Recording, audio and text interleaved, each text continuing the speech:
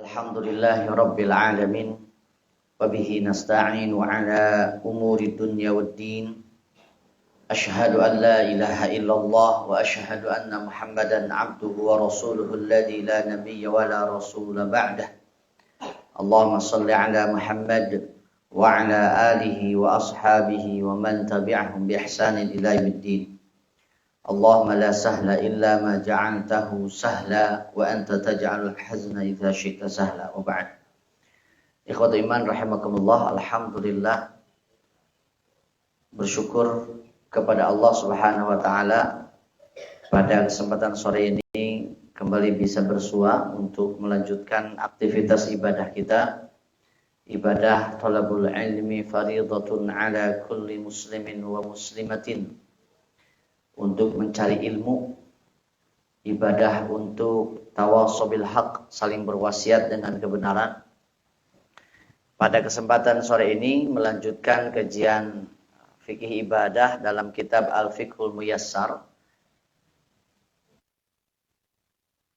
yaitu tentang fit tayammum, tentang tayammum.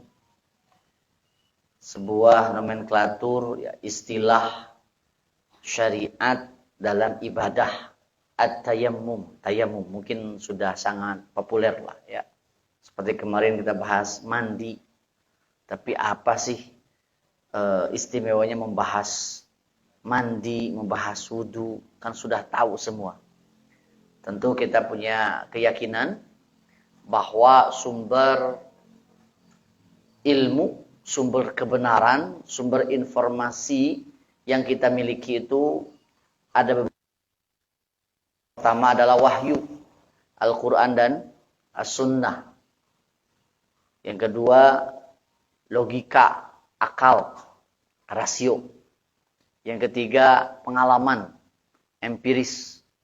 Yang keempat, ilham, intuisi. Itu juga sumber ilmu. Ya. Ada ilmu yang Allah berikan langsung tanpa ada wasilah kita mencarinya. Man amila ilman 'allamahu Allahu ma lam ya'lam.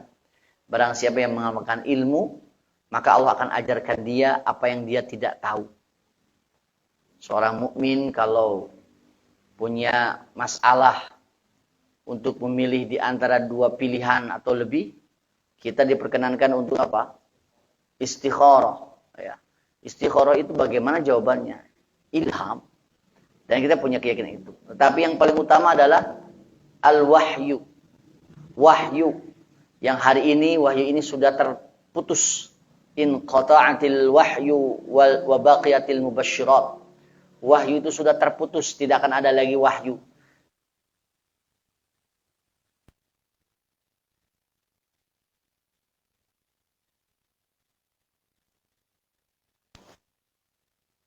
Quran dan As-Sunnah berbicara tentang semua hal yang kita butuhkan. Semua hal yang kita butuhkan. Terutama urusan al-aqaid wal-ahkam al-amaliyah. Tentang kepercayaan-kepercayaan yang harus kita yakini dan tidak boleh bercampur dengan kesyirikan. Dan hukum-hukum amal yang berhubungan dengan urusan ibadah kita. Yang tercakup dalam sebuah istilah yang kita kenal dengan asy-syariah, syariat.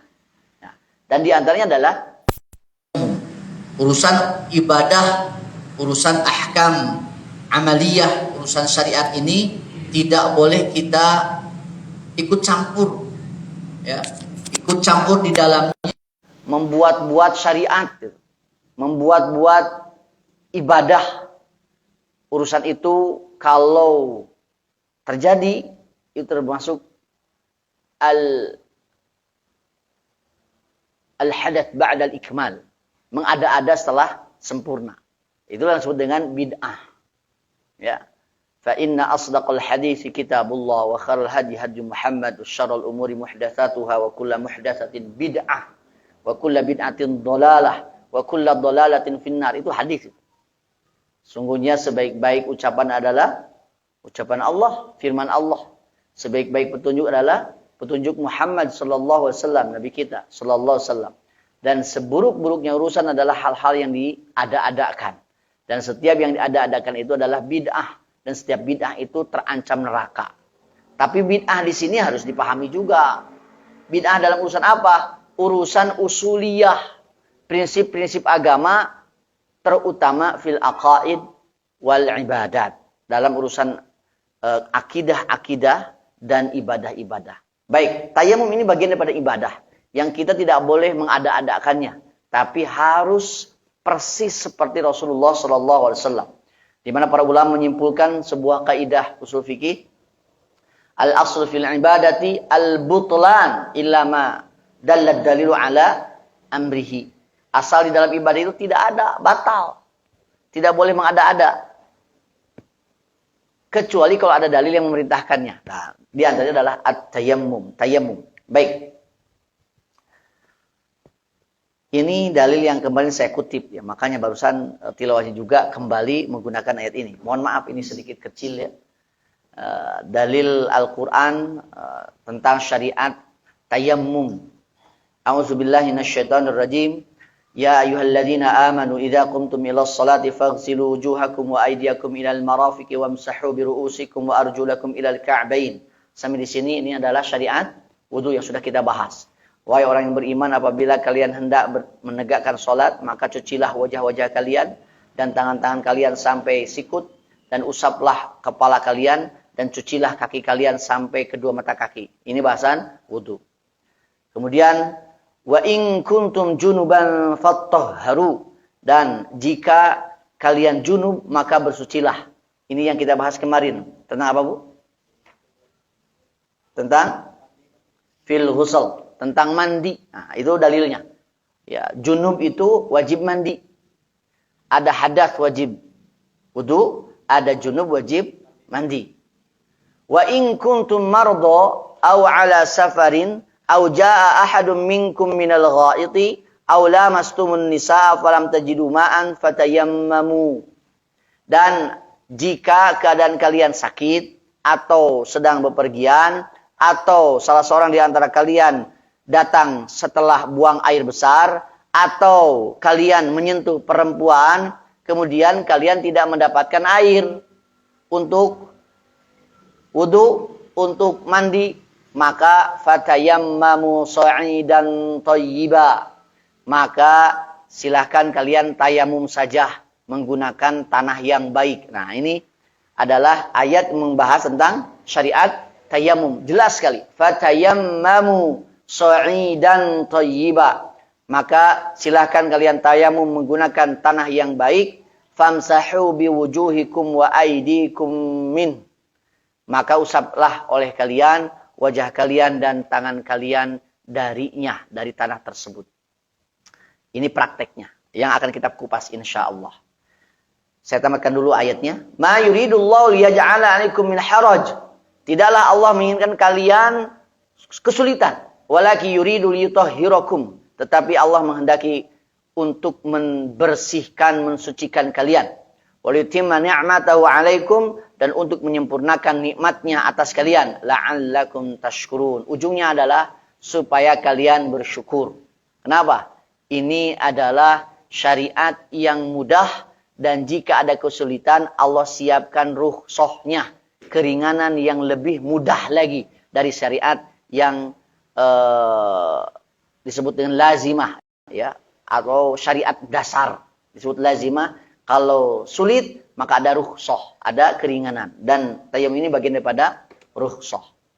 Taib, ikhwatu iman rahimakumullah, ini dari Al-Qur'annya. Kemudian kalau berbicara dari hadisnya, ya, sekalian juga ini menjelaskan apa itu tanah yang baik, gitu ya. Pada dasarnya baik, saya bacakan sajalah seluruh teksnya. Di dalam Al-Quran surat Al-Furqan ayat ke-48 Allah mengatakan wa anzalna minas sama'i ma'an tahura, dan kami telah menurunkan dari langit air yang suci. Tahur itu suci dan mensucikan. Jadi ada istilah tahur, tahir, mutahhir. Tahur adalah istilah suci dan mensucikan. Kenapa? Karena ada air yang tahir, yang suci zatnya, tapi tidak mensucikan. Air kopi suci najis. Boleh dipakai wudhu? Tidak. Tidak mutahhir. Nah, maka ada yang tohirun mutahhirun, ada yang tohirun ghairu mutahhirin. Ada juga yang najis atau ghairu tahir wa ghairu mutahhir. Tidak suci zatnya dan tidak juga bisa mensucikan. Baik. Kalau yang turun dari langit itu airnya tohur, suci dan mensucikan. Air apa ini? Air hujan. Dan bukan hanya air hujan ya. Air yang datang dari asalnya, laut, fil bahri huwa tahuru ma'u wal hillu maitatuhu. Di laut itu airnya suci, bangkainya pun halal. Loh, kan asin. Ya asinnya juga bukan karena najis itu. Karena kenapa air laut asin? Karena dikasih garam sama Allah. Gitu. Nah, garam pun dari laut ya. Pokoknya ya asalnya memang asin. Dan itu bisa dipakai untuk berwudu, bisa juga dipakai untuk mandi. Bisa dipakai untuk minum. Ya, kalau suka silahkan. Ya, halal gitu ya. Ya. Baik. Kemudian di dalam ayat tadi ada ungkapan dalam surat An-Nisa dalam surat tadi apa? Al-Maidah ayat ke-6. Ini bahasanya sedikit beda dengan yang An-Nisa. Falan tajidu ma'an fatayammamu sa'idan thayyiban. Dan kalian tidak mendapatkan air, maka silakan tayamum dengan tanah yang baik. Nah, kalau yang An-Nisa ada falam tajidu ma'an fatayammamu sa'idan thayyiban. Ada pengulangan ya. Kalian tidak mendapatkan air, maka silakan tayamum dengan tanah yang baik. Apa yang disebut dengan tanah yang baik itu? As-sa'id at-tayyib. Atau as-sa'id at-tahir. Nah, itu dijelaskan di baris kedua. As-sa'idu tahiru wa huwa wajhul ardi tahirah. Tanah yang suci atau yang baik itu adalah permukaan tanah yang suci min turab dari tanah. Jadi wajhul ardi permukaan bumi atau hiroti yang suci min turabin dari tanah. Ibu lihat kalau di halaman ada tanah, bagian atasnya tanahnya ngeprul gitu, kebul. Nah itulah yang sa'id, yang disebut dengan as-sa'id at-tayyib. Jadi as-sa'id at-tayyib itu bukan yang ada di sawah letak gitu. Itu bukan as-sa'id, itu lumpur namanya. Jadi ini as-sa'id at-tayyib itu permukaan bumi yang suci, kemudian yang terdiri dari tanah. Nah itulah as-sa'id. Ya, kebul. Maka kebul itu bisa jadi min turab, ada di atas tanah di halaman kita, di lapangan kita. Au ramlin, atau bisa jadi pasir. Pasir. Au hijarah, atau di atas batu mungkin ada debu. Sangat mungkin. Au sabkhoh, atau nah ini karpet. Mungkin di sini ada debu. Mungkin di baju kita ada debu. Mungkin di kursi ada debu. Mungkin di tembok ada debu. Itulah as-sa'id at-tayyib. Nah, jadi tanah yang maksud adalah tanah yang berada di atas permukaan yang suci, permukaan suci. Karpet ini suci, maka di atasnya ada debu, ada. Itulah as-sa'id at-tahir, as-sa'id at-tayyib. Ya, itu dengan tembok, apalagi di atas tanah ya, min turab seperti itu. Itu dijelaskan oleh Rasulullah SAW di dalam hadis riwayat Bukhari dan Muslim, ju'ilat li al-ardu masjidan wa tahuran. Bumi dijadikan untukku masjidan sebagai tempat sujud, wa tahuran dan sebagai sesuatu yang suci dan mensucikan. Tahur. Jadi yang namanya tanah itu suci dan mensucikan. Jadi kalau baju ibu kena debu, najis tidak, kotor tidak. Nah, mungkin dalam perspektif kita kotor itu bisa macam-macam. Kena debu kotor. Kotor kacanya berdebu gitu. Padahal debu itu bisa dipakai untuk bersuci. Sebetulnya bukan kotor, suci dan mensucikan. Cuman bahasa kita itu kotor. Nah, jadi kotor dalam bahasa kita jangan disamakan dengan najis dalam bahasa fikih. Begitu ya. Baik. Kemudian di dalam hadis riwayat At-Tirmidzi dan Imam At-Tirmidzi menghasankannya, dikatakan, di sini juga ada ya. Di akhir, inna sa'ida tayyiba tahurul muslim. Sesungguhnya tanah yang baik, ya tadi ya, debu tadi, itu adalah suci dan mensucikan seorang muslim. Wa illam yajidil ma'a, jika ia tidak mendapatkan air, jika seorang muslim, seorang muslimah tidak mendapatkan air ketika mau wudu atau ketika mandi, sampai hatta asyos sinin, sampai 10 tahun tidak mendapatkan air, silahkan gunakan tanah tersebut untuk melakukan wudu ataupun bukan wudu untuk mandi, untuk tayamum, mengganti wudu dan mandi. Fa idza wajadal ma'a falyumissahu basyaratahu. Apabila dia mendapatkan air, maka sentuhkanlah air tersebut kepada kulitnya. Jadi kalau sudah ketemu air, ya wudu. Kalau sudah ketemu air, ya mandi, tidak usah tayamum, seperti itu. Baik. Jadi kesimpulannya, kalau berbicara tentang dalil tayamum, itu ada di dalam Al-Quran. Yang tadi ya, di antaranya. Al-Ma'idah ayat ke-6. Kemudian juga di dalam An-Nisa juga ada. Di dalam Al-Hadis cukup banyak. Ya. Tadi di antaranya yang saya kutipkan di Bukhari, Muslim, juga At-Tirmidzi. Dan ini juga menjadi ijma ulama. Ijma itu apa? Kesepakatan. Salah satu syariat di dalam Islam untuk mengganti wudu ataupun mengganti mandi. Baik. Syarat dan sebab diperbolehkannya tayamum. Kita masuk ke sini. Syurutut tayammum wal asbabul mubihatu lahu. Ya, syarat-syarat tayamum dan sebab-sebab diperbolehkannya tayamum. Ada beberapa poin di sini, ada 6 ya. Ada 6 poin. Yang pertama, syarat ini berhubungan dengan syarat. Niat. Innamal a'malu binniyat. Sungguhnya amalan-amalan itu tergantung niatnya. Semua amal pasti ada niatnya, apalagi ibadah. Kalau melaksanakan praktek sesuatu, kaifiat sesuatu, kemudian tidak ada niat ibadah, itu bukan ibadah. Beda ibu, wudu, tamas, sipente, abdas, itu yang beda. Si benget, punten, ngapain si benget? Ini kan isa si bengetnya. Si benget lah, maksudnya apa ini? Wudu itu bukan. Kalau hanya meskipun prakteknya mencuci wajah, tangan, musab kepala dan kaki, kalau niatnya cuma punten, si benget, abdas, si pente gitu ya. Maka tidak diniatkan untuk ibadah dalam rangka memperbolehkan dia untuk sah sholat, itu bukan ibadah. Maka niat ini perlu. Dan niat itu mahalluha fil qalb. Tempatnya di mana? Di sini nih, di sini. Ya. Selalu ada pertanyaan bagaimana bagaimana niatnya? Bagaimana apanya, Bu? Ya, niatnya teh kumaha? Kan nawaituna teh kumaha? Nawaitu itu berhubungan dengan talaffuz. Dengan perbuatan lisan. Itu bukan lagi niat. Niat itu di sini. Niat itu di hati. Talaffuz itu sesuatu yang lain. Itu perbuatan lisan. At-talaffuz, ya. Seperti makanya ada ikhtilaf fikih tentang talaffuz bin niyah, melafalkan, atau talaffuzun niyah, melafalkan niat. Nah, kalau niatnya itu muttafaq, disepakati, dan tempatnya di sini. Ingat, niatnya kalau tayamum itu untuk ibadah. Mengapa? Karena yang namanya niat itu niyatus tibahatis shalah, niat untuk memperbolehkan dia untuk sholat, bahwa sahnya sholat itu adalah niat. Kalau sholat tidak ada niat, ya tidak sah sholatnya.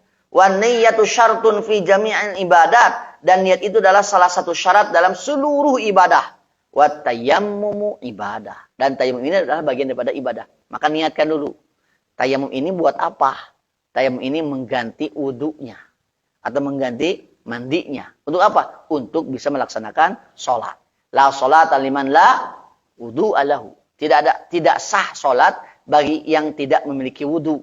Karena wudunya tidak bisa, karena airnya tidak ada, maka niatkan tayamum sebagai pengganti wudu untuk sholat. Begitu. Yang kedua, Islam. Ya, bahwa orang yang bertayamum itu harus orang yang memeluk Islam. Atau seorang Muslim. Kenapa? Karena tayamum ini adalah ibadah. Ibadah itu tidak mungkin dilakukan oleh orang kafir. La in asyrokta la yahbatanna amaluka. Kalau engkau berbuat syirik, sudah. Tidak ada nilainya sama sekali. Itu bukan ibadah. Sama sekali bukan itu bukan ibadah. Ada gitu orang kafir ikut ibadah kayak orang muslim? Banyak. Apalagi hari ini. Dan ini kan banyak orang dengan meneliti, melakukan riset tentang rahasia di balik ibadah-ibadah yang dilakukan oleh kaum muslimin. Akhirnya mereka juga mengikuti saum misalkan. Islam itu kan jelas, ya, dari subuh waktunya jelas. Min tulu'il fajar ila ghurubis syams. Dari terbit fajar sampai terbenam matahari. Dari subuh sampai maghrib. Jelas waktunya. Ya. Kemudian apa yang harus ditahan untuk tidak dikonsumsi jelas juga. Ya. Bukan hanya makan dan minum tetapi juga al-jima' misalkan. Ya. Kemudian nanti dibahas juga tentang yang saum. Jelas. Maka tidak sedikit orang yang mengikuti kaifiat saumnya kaum muslimin. Padahal kan kalau urusan puasa mah banyak yang bisa puasa. Tidak makan, tidak minum gitu ya. Ular pun kan bisa ya. Ya puasa mah. Duduk lemas, ngejelepeng gitu kan. Untuk apa? Merubah kulit lamanya menjadi kulit baru gitu kan. Ular pun bisa puasa mah, tapi bukan saum itu. Itu puasa. Manusia pun ada yang melakukan puasa, ya, ipuase. Duduk lemas, bersemedi, bahkan yang tirakat sampai 40 hari 40 malam, puasa. Bisa, tapi ada dalilnya tidak. Kalau tidak ada, itu bukan ibadah, ya. Jadi tayamum itu dalam hal ini tayamum harus dilakukan oleh orang Islam atau seorang muslim. Karena kalau orang kafir itu tidak dipandang sebagai ibadah. Yang ketiga, berakal. Berakal itu ini. Fala yasihu min ghairil akil. Tidak sah tayamum jika dilakukan oleh orang yang tidak berakal, oleh orang yang majnun, orang yang orang yang gila, atau yang wal maghma alaih, ya, orang yang pingsan atau bukan pingsan. Ya, pingsan atau yang tidur kemudian ngalinur. Pas ngalinur langsung tayamum, sah tidak tayamumnya? Kemudian sholat, gitu kan. Sah tidak sholatnya? Kemudian sesapu lapangan bola sampai bersih, berpahala dia. Itu rupi al-qalam, ya, itu diangkat kalam. Nah, diantaranya anin naimi hatta yastayqidhu. Orang yang tidur sampai dia bangun. Baik, yang keempat tamyiz. Dilakukan oleh yang tamyiz. Sampai 4 hal ini adalah tentang urusan syarat ya, Bu ya. Ini kebetulan Imam para ulama ada yang menyusun kitab ini, Nukhbatun minal ulama dalam kitab Al-Fiqhul Muyassar fi Dhil Kitab Sunnah ini menyatukan rasyad dan sebab. Ya, ini yang 4 ini adalah syarat. Tamyiz. Tamyiz itu apa, Bu? Sepuh matos hideng gitu. Meskipun belum balig. Nah, sudah bisa membedakan mana yang baik, mana yang buruk. Kalau kata ulama dalam kitab ini, wa huwa man kana duna sabi'ah. Tidak sah ya min ghairil mumayyiz, yang tidak tamyiz, yaitu anak yang berusia di bawah 7 tahun. Kalau di bawah 7 tahun biasanya masih TK, masih tacan hideng teuing lah gitu. Tapi kalau sudah 7 tahun itu sudah bisa bisa membedakan mana yang baik, mana yang buruk. Tekeng gitu pamali langsung. Jadi kalau anak TK makan masih kene. Meskipun mungkin dengan pengajian TK hari ini mungkin pengetahuannya lebih daripada budaya sebelumnya. Baik, yang kelima. Ta'azzuru isti'malil ma' imma li'adamihi. Ya.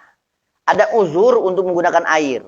Baik tidak ada air atau tidak bisa menggunakan air. Ini masuk kepada sebab, ya. Tidak ada air atau tidak bisa menggunakan air. Alasan pertama tentang tidak ada air. Dalilnya yang tadi Al-Maidah ayat ke-6. Falam tajidu ma'an fatayammamu sa'idan thayyiba. Maka kalian tidak mendapatkan air ketika 4 alasan ya. 1 apa? Sakit. 2 safar. 3 datang dari goid, buang air. 4 menyentuh perempuan. Kita akan bahas ini di poin yang ke-6 insyaallah. Nah, maka pas mau wudu, mau mandi tidak ada air, silahkan tayamum. Ya. Yang kedua, tidak bisa menggunakan air. tidak bisa menggunakan air.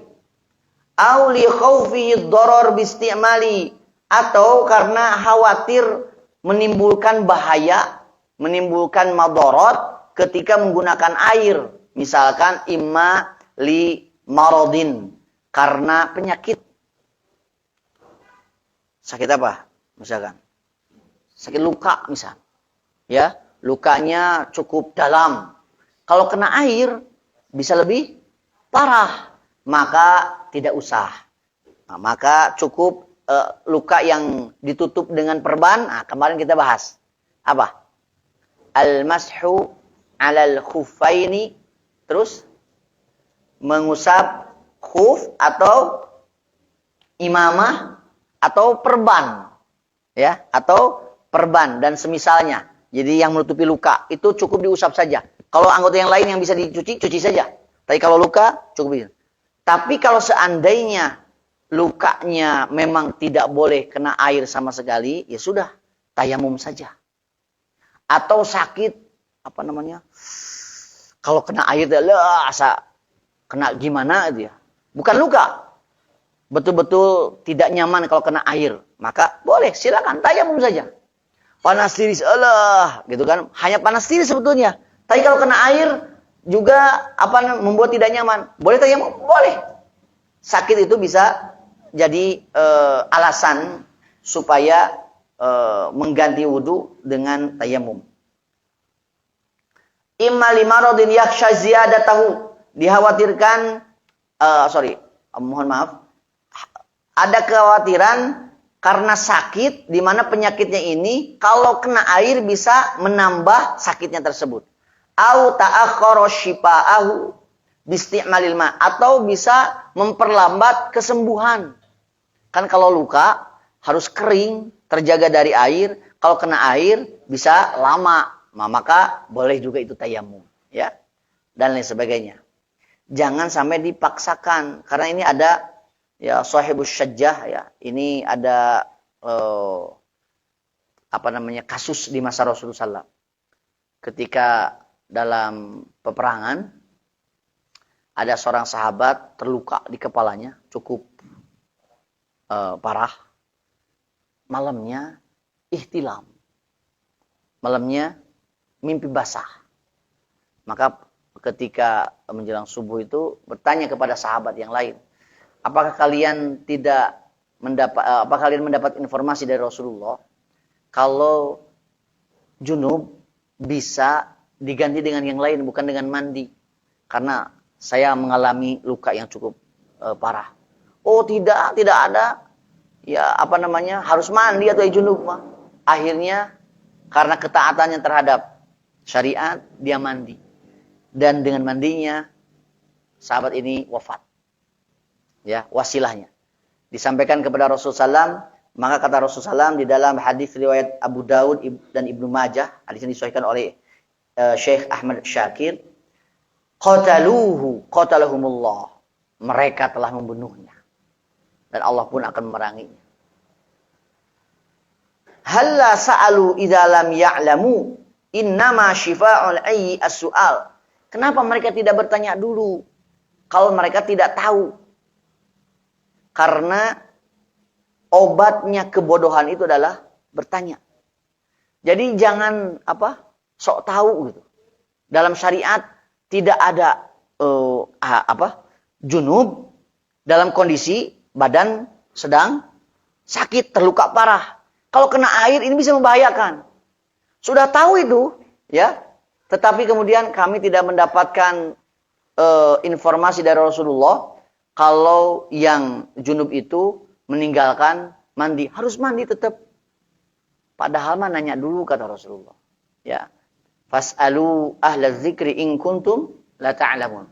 Bertanyalah kalian kepada ahli ilmu kalau kalian tidak tahu, apalagi dalam urusan fikih ibadah ini. Wafat itu. Sampai wafat. Nah, ini tidak boleh. Termasuk juga ada kejadian yang dialami oleh Amr bin As, ya.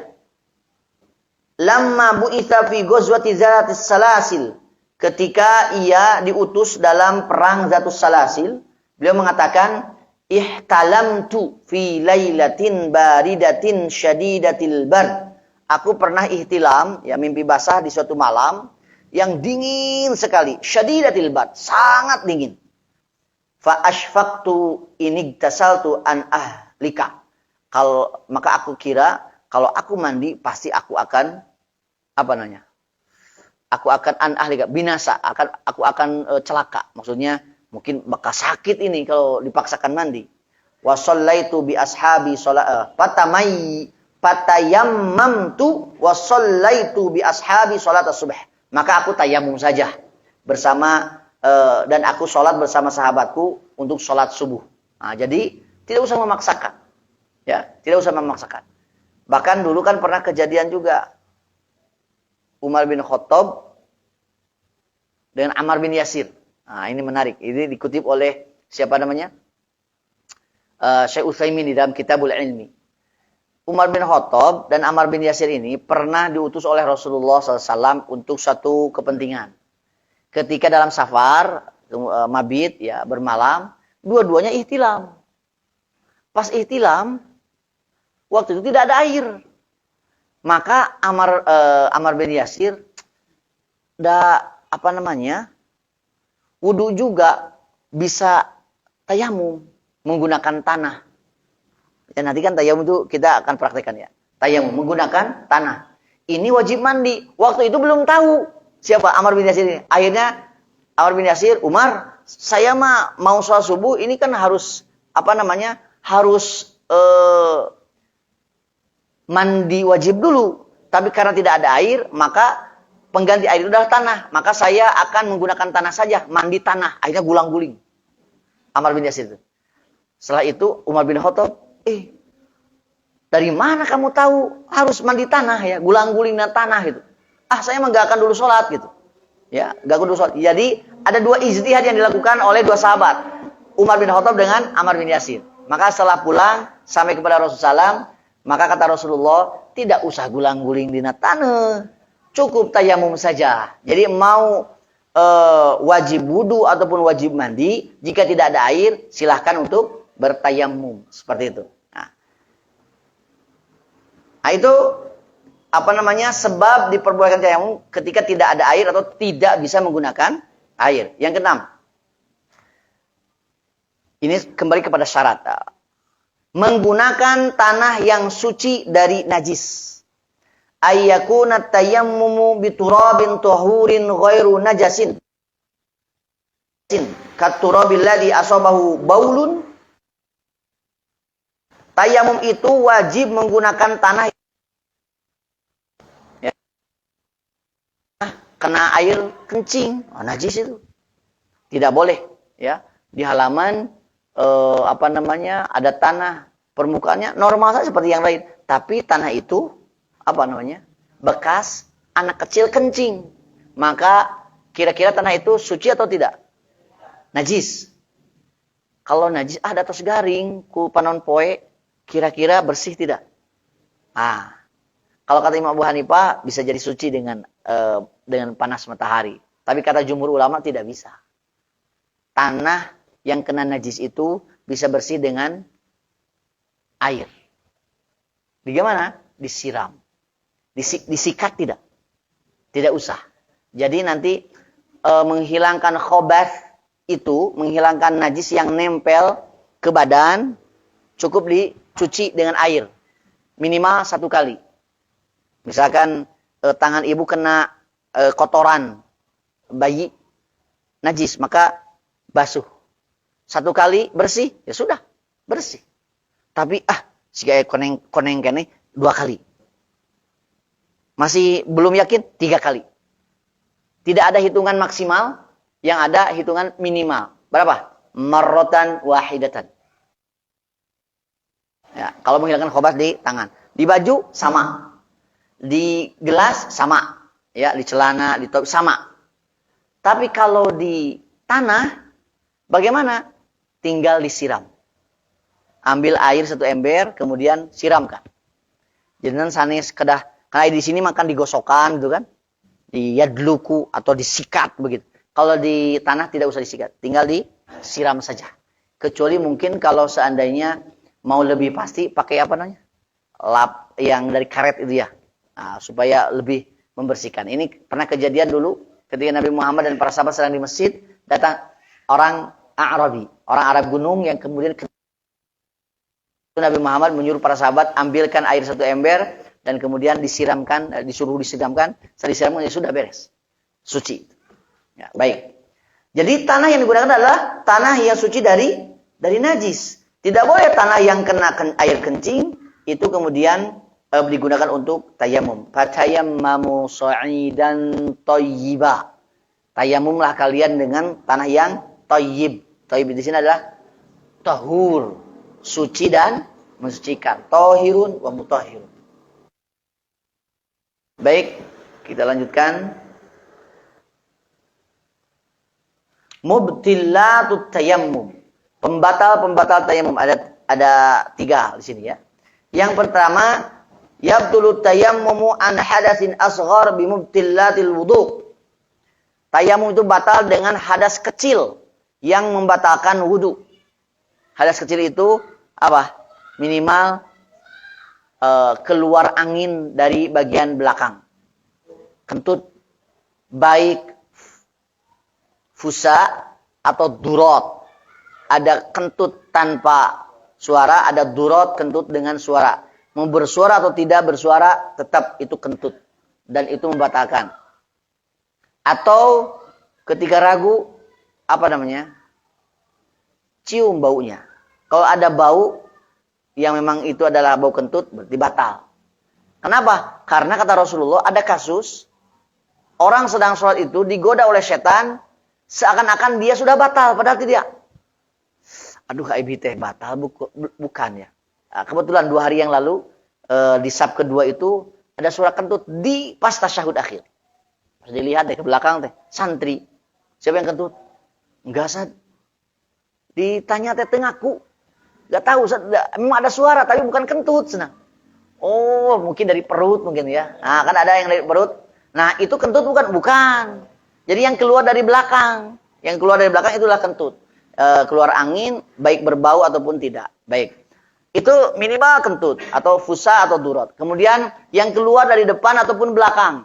Dari depan, kencing. Ya, air kencing. Al-baul. Atau al-mazyu. Mazi. Keluar mazi. Keluar air, mohon maaf. Seperti air mani. Bagi laki-laki biasanya. Ketika beres, mohon maaf. Ketika ingat senggama misalnya. Atau keluar madi, wadi. Wadi, al-wadiyu, wadi. Kalau wadi itu keluar setelah air kencing. Ini penyakit. Bisa ada di laki-laki, bisa ada di perempuan. Setelah beres kencing, kemudian ada lagi keluar. Itu namanya wadi. Itu juga najis. Dan wajib wudu. Itu hadas kecil. Namanya ya, hadas kecil. Atau keluar dari belakang dalam bentuk ghaid. Ghaid itu apa? Buang air besar. Ya. Yang keluar itu bisa jadi air, bisa jadi kotoran yang padat, ya seperti itu. Ghaid. Dan tadi disampaikan di dalam surat Al-Maidah ayat ke-6, apa? Di antara sebab dibolehkannya tayamum ketika tidak ada air adalah auja'a ahadum minkum minal ghaid. Datang salah seorang di antara kalian dari ghaid. Ghaid itu apa namanya? Mewakili, merepresentasikan hadas kecil. Ya ghaid. Tapi bukan hanya ghaid, ghaid dan kawan-kawannya. Ghaid, baul, mazi, wadi, fusa, durot, ya. Buang air besar, buang air kecil, keluar air mazi, keluar air wadi, kentut, baik yang bersuara ataupun yang tidak. Nah, itu namanya hadas kecil yang mewajibkan wudu. Ya. Ini kalau sudah punya tayamum, kemudian berhadas seperti yang barusan, hadas kecil, batal. Otomatis. Sama saja dengan pembatal-pembatal wudu lah. Atau wa'an hadatsin akbar bimujibatil ghusli. Atau mengalami hadas besar yang mewajibkan mandi. Ihtilam atau jima, junub itu. Ihtilam atau jina, mimpi basah atau berhubungan suami istri. Atau nifas, ibu-ibu. Haid, Ibu-ibu. Istihadah hadas kecil. Istihadah itu termasuk hadas kecil. Dia wajib, dia membatalkan wudu, membatalkan tayamum, najis, tapi wajib wudu. Nah, tayamum juga akan batal jika keluar air darah istihadah. Ya, istihadah itu darah yang keluar bukan haid, bukan nifas, tapi darah penyakit. Ya, kalau darah haid kan terjadwal, nifas juga berhubungan dengan kelahiran, tapi kalau istihadah itu kapan saja. Ya, tergantung penyakitnya. Terus sifat dari darahnya juga berbeda kata para ulama. Di antaranya kalau darah nifas dan darah haid itu kehitam-hitaman, kalau istihadah itu merah segar. Ya, seperti itu. Baik, itu juga termasuk hadas ya, yang wajib wudu. Intinya, pembatal tayamum itu sama dengan pembatal wudu. Baik hadas kecil maupun hadas besar. Yang kedua, wujudul ma, adanya air. Tidak ada air, kita bertayamum, mau sholat, ketemu air, maka tayamumnya batal. Sudah sama kedudukan tayamum wudu. Jadi mau ini saja mau apa? Tayamumnya dilanjutkan saja, tidak usah wudu lagi, sholat Kata para ulama di sini, inkan jika tayamumnya itu karena tidak ada air, fa idza wajadtal ma'a fa amishu basyarataka. Tentukanlah air itu kepada. Tapi di sini ada ikhtilaf. Kenapa? Saya coba ulang ke belakang. Baik. Ini. Coba dilihat di dalam ayat yang digaris bawahi. Wa in kuntum mardo. Dan jika kalian kedua, aw ala safarin, atau dalam kondisi bepergian. Au jaa ahadum minkum minal ghaiti, atau datang dari buang air besar. Au lamastumun nisaa, atau menyentuh perempuan, kemudian tidak ada air, silakan tayamum. Jadi ada 4 alasannya. 1, sakit. Kalau sakit itu ada air, tidak ada air. Mau ada atau tidak ada, sakit itu jadi apa? Jadi alasan rukhsah tersendiri. Yang kedua, safar. Safar itu bukan mukim gitu ya.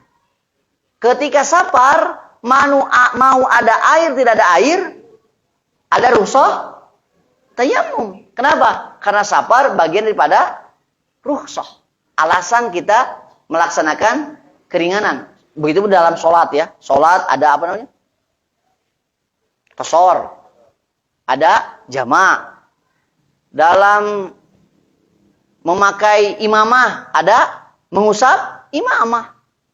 Memakai khuf ada mengusap khuf. Termasuk ibu yang mengusap khimar ya.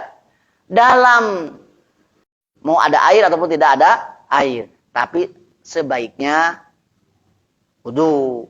Ya, sebaiknya al-afdal wudu. Kenapa? Al-khuruj minal ikhtilaf mustahabun. Keluar dari ikhtilaf itu dianjurkan. Ya sudah tuh, ada air mah tuh wudu Jadi di sini pembatal dari tayamum itu adalah ketika adanya air, maksudnya jika penyebabnya itu adalah ketika tidak ada air sama sekali, yaitu beres goit atau menyentuh perempuan. Mohon maaf, saya perlu jelaskan juga ya tafsir ini. Al-Maidah ayat ke-6. Goit itu mewakili lamastumun nisa, menyentuh perempuan itu mewakili hadas besar. Tuh di sini. Mohon maaf, tuh yang kuning tuh, Bu. Yang kuning yang di bawah, yang tengah kinayatan. Kinayatan. Ada 2 analogi, ada 2 kinayah. Satu goit, yang kedua mula masah. Goit itu kinayah dari hadas kecil. Itu kinayah dari hadas besar. Berarti menyentuh perempuan di sini bukan menyentuh biasa. Baru wudu, menyentuh istrinya.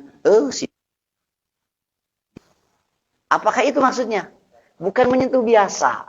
Menyentuh yang luar biasa. Itu hadas besar. Junub. Apa? Al-jima'.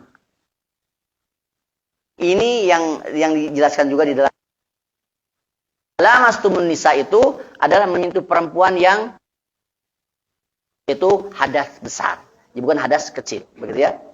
Kalau tidak ada air, meskipun goit itu wajib wudu, tidak ada air, silakan tayamum.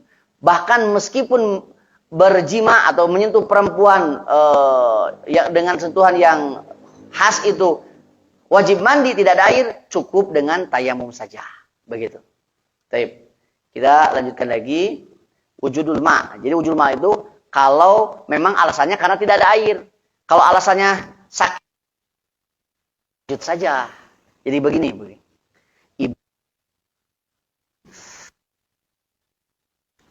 Apa namanya? Ya. Maka dan memang kebetulan enggak ke zamannya juga tayamum saja. Tiba-tiba ada yang ngambilin air ke ember, iya bilih pada wudu. Wudu jangan. Tidak usah kan. Tapi kalau mau wudu mah boleh, silahkan. Safar, dah sedang safar, sudah tayamum saja.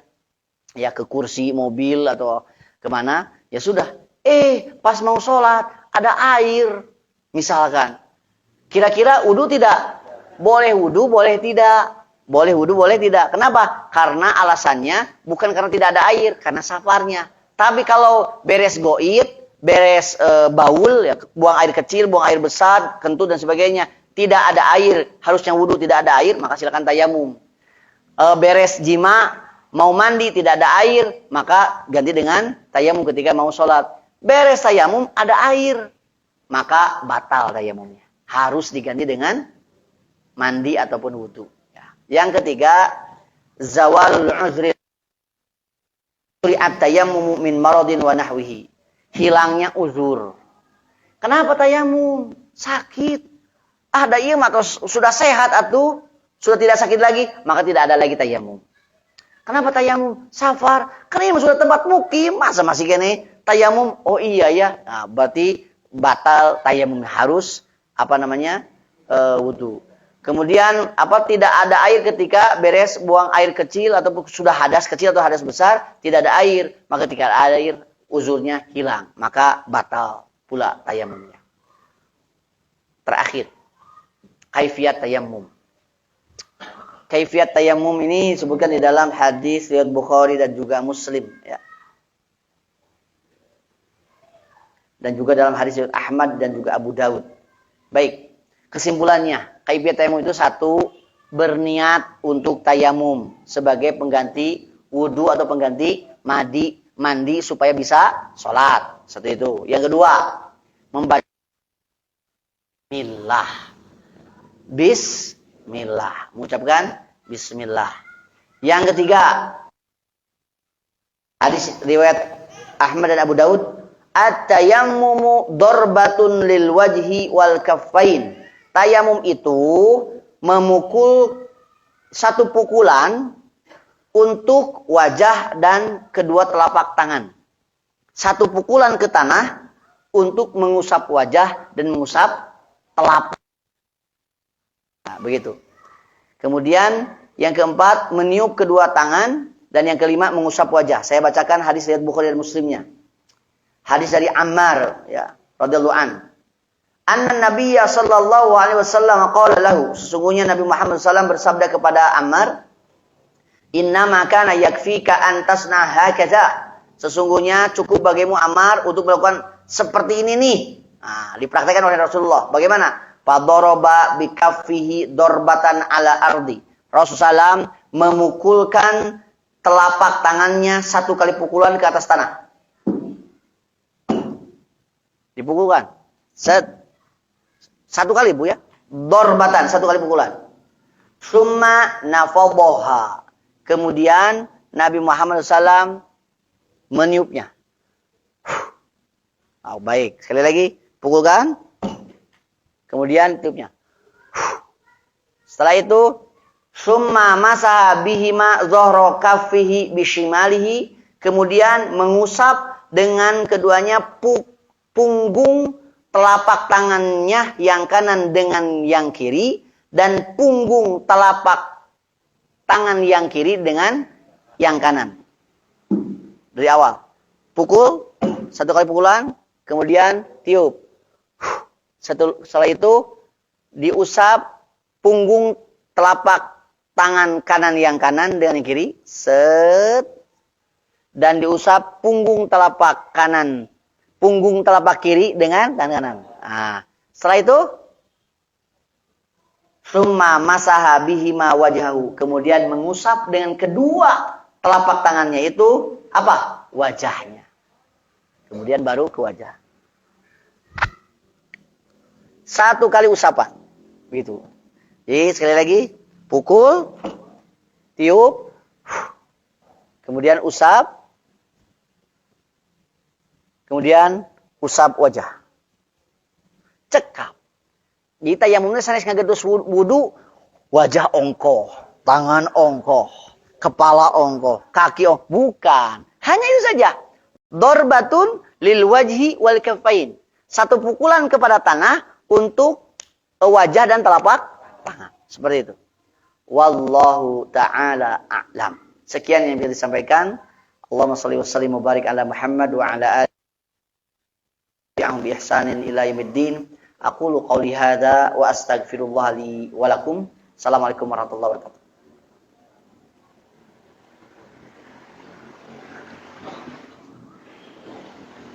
Alhamdulillah, bisa untuk ilmunya. Insya Allah ilmunya bermanfaat ya Bu ya, banyak pokoknya ya Bu ya. Berarti kita masih memang ada yang belum tahu. Boleh nanti ibu-ibu, bapak-bapak yang mempraktekannya ketika memang lagi safar, tidak ada air, nanti mengamalkannya dan menginformasikannya kembali kepada keluarga maupun saudaranya. Baik, teman-teman sekalian, selanjutnya oleh teman-teman yang ingin menyempurnakan agenda kajian ini dengan berinfak majelis boleh disahkan sambil menunggu liputannya. Bagi teman-teman yang ingin bertanya yang belum paham ataupun di luar tema, sangat boleh nanti pertanyaannya dititipkan. Kalau misalkan ditulis, kalau misalkan mau bertanya langsung boleh ajukan tangan. Untuk penyebutan infak majelisnya bisa dimulai.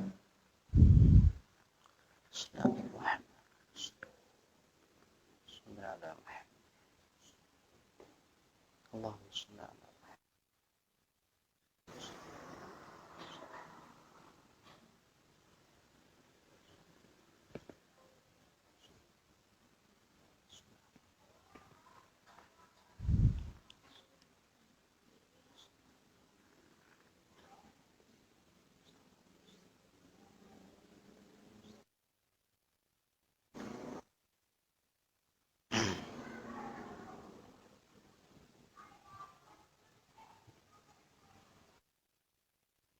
Alhamdulillahirrahmanirrahim. Kita kemudian kasih Pak. Boleh bertanya? Dari ibu ada yang bertanya? Ada lagi?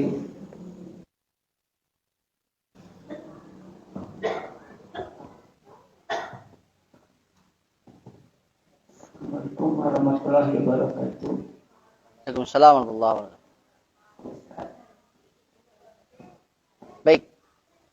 Menanya, kalau menyentuh perempuan tetapi tidak ada airnya, di mana ayamnya. Assalamualaikum warahmatullahi wabarakatuh. Iya.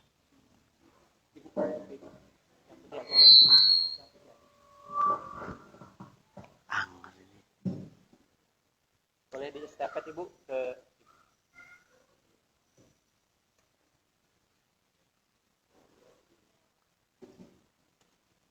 Kembali lagi. Tadi jalan. Efek ini gitu. Enggak, sekali-kali jalan, sekali-kali tidak, barusan jalan. Setiap yang diperintahkan itu ada hikmahnya.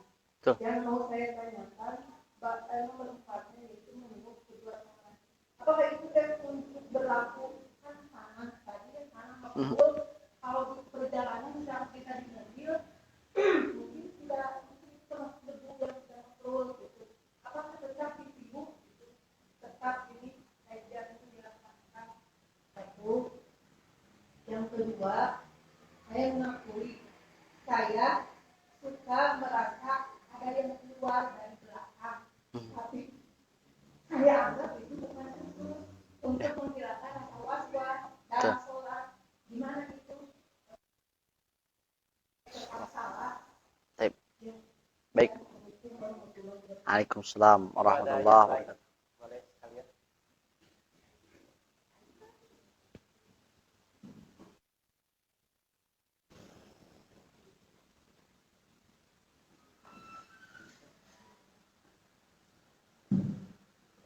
Satu lagi, Ustaz. Baik, baik. Tadi tafsir surat Al-Maidah ayat 6 menyentuh perempuan. Baik. Ya, maksudnya, takutnya ada salah tafsir dari perempuan kalau menyentuh laki-laki gimana? Nah, ini boleh itu terjadi. Betul. Bagus. Baik, terima kasih. Mungkin pertanyaan pertama sama dengan pertanyaan yang terakhir barusan ya. Menyentuh perempuan, apakah ada syariat tayamum atau harus berwudu? Ini jadi ikhtilaf, Bu ya. Bahwa sentuhan laki-laki dan perempuan itu kan wudu ya. Jadi khitabnya di sini kan atau kalian laki-laki antum, lamastum itu domirnya antum. Kalian laki-laki menyentuh perempuan.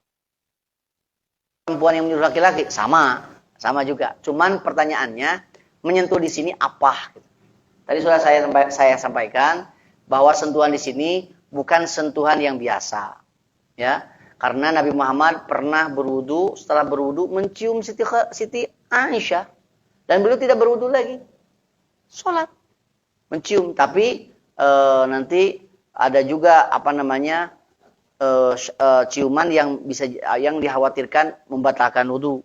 Jika itu adalah muqaddimah lil jima', itu bisa menjadi membatalkan wudu.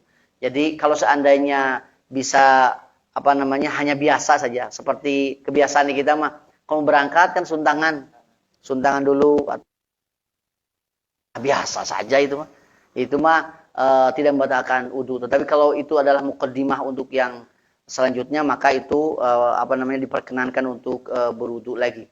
Jadi sentuhan di sini bukan sentuhan biasa. Jadi kalau hanya sekedar bersentuhan mah itu tidak membatalkan. Menurut kitab ini ya. Nukhbatun minal ulama, kumpulan dari para ulama. Jadi bukan, karena memang ada dalil dari penguat bahwa Nabi Muhammad SAW jangan hanya menyentuh, mencium pun Nabi Muhammad tidak berwudu lagi. Bagaimana kalau dengan perempuan yang bukan mahram? Sengaja, jangankan urusan wudu dan tidak wudunya, itunya saja sudah dosa itu. Tapi tidak ada urusan dengan apa? Dengan batal wudu tidak ada urusan. Seperti begini, seperti khobas itu. Khobas saja, khobas. Ai perempuan, ibu punten, najis tidak? Ibu najis tidak? Tidak ya. Perempuan yang goer mahram najis tidak? Tidak kan? Lelaki yang goer mahram kan tidak najis. Ini mah yang najis saja. Ibu wudu, gendong bayi, pipis, kena ke tangan ibu, batal tidak wudunya? Batal di mana, Bu? Air kencing itu bukan hadas. Yang membatalkan itu hadas. Itu mah khobas. Ada khobas mah kantun tidak batal. Jadi kena khobas saja, kena najis saja itu tidak membatalkan wudu, ya. Apalagi tidak membatalkan wudu. Yang membatalkan itu adalah sentuhan yang khusus. Ini adalah kinayah go'id, hadas kecil, lamastum nisa, hadas besar. Begitu. Terakhir ya, cukup. Kemudian yang pengalaman betul, bukan hanya mungkin di antara kita bukan hanya satu orang dua orang mungkin ya, yang mengalami ketika sholat seakan-akan hadas. Ya, seakan-akan hadas, kentut itu. Ini kentut atau bukan? Dalam kaidah usul fikih itu ada kaidah al-aslu baqa'u ma kana 'ala ma kana. Pada dasarnya itu tetapnya sesuatu pada awalnya. Ibu ketika sholat ini batal kentut. Tapi ragu, kentut bukan ya. Dan memang suka ada ujuk-ujuk, ada terasa pes itu atau apa gitu. Ini kentut bukan. Kalau ada keraguan, maka hukum dasarnya adalah ibu masih punya wudu. Karena dasarnya ibu pas sholat sudah punya wudu. Maka ketika ada keraguan, posisinya ibu belum batal. Rasulullah SAW yakinkan saja. Yuwaswisu fi sudurin nas. Batal. Saya pernah melihat, punten ibu punten, ada orang yang punya penyakit was-was. Allahu Akbar. Balik kanan lagi ke jaman. Datang Allahu Akbar, berserokat, balik lagi. Akhirnya apa namanya? Jadi ya, jadi apa namanya di akhir beres sholat berjamaah baru kita tanya ini juga ya. Ini penyakit. Nah, ada itunya. Kalau seandainya ada kewaswasan itu, pada dasarnya ibu masih punya wudu. Kecuali kalau memang ibu yakin betul dengan apa? Dengan batalnya ibu. Atau dengan kentut itu. Ada kaidah yang lain. Al-yaqinu la yuzalu bisyakki. Hilang dengan keraguan. Bahwa awalnya ibu sudah punya wudu, makanya sholat. Kemudian datang keraguan itu tidak boleh apa? Mengalahkan posisi kita yang punya wudu. Tapi kalau memang iya tehnya kentut bukan, tapi bau, udah kentut itu mah. Itu kentut bukan, ya barusan suaranya jelas, itu mah sudah tidak usah diinikan lagi. Wah itu kentut. Masya Allah. Mohon maaf. Yang kedua dari ibu itu apa? Yang tadi, yang di mobil. Yang di mobil. Ini katanya ada syariat apa meniup kedua tangan ya. Meniup kedua tangan. Ini kan pasti ada hikmahnya. Mungkin karena pas ditepuk posisi si tanahnya itu ngeras ke dia nempel. Makanya ditiup dulu. Tiup sekali tacan bersih 2 kali gitu. Tidak ada yang meniup 2 kali. Disinilah kadang al-ibadatu bisa dicerna akal. Bukan tidak masuk akal. Beyond logik, melampaui akal. Begini saja tuh, ibu wudu, beres wudu teh. Hikmahnya apa? Supaya wajah bersih di depan Allah, tangan juga bersih, posisi kita segar ketika terkena air. Pas kentut di belakang, yang dicuci mana? Wajah lagi, itu kan masuk akal tidak? Dalil. Tadi ya wahyu Al-Qur'an dan As-Sunnah. Jangan diakal-akali gitu kan. Ya, tetapi haitsu majidasyanu fasamal maslah. Dimanapun ada syariat pasti ada kemaslahatan. Tetapi kadang prakteknya ada praktek yang ghairu ma'qulil makna. Tidak masuk akal sekalipun kalau menurut sebagian orang itu tetap dilaksanakan karena memang ibadah mah dalilnya bukan logika tapi dalil. Laisa ila syu'ur, bukan kepada rasa, wa laisa ila li'uqul, bukan kepada logika, tetapi ila dalail, kepada dalil. Kita berhenti di sana. Dalil. Wallahu ta'ala a'lam. Sekian yang bisa disampaikan. Assalamualaikum warahmatullahi wabarakatuh.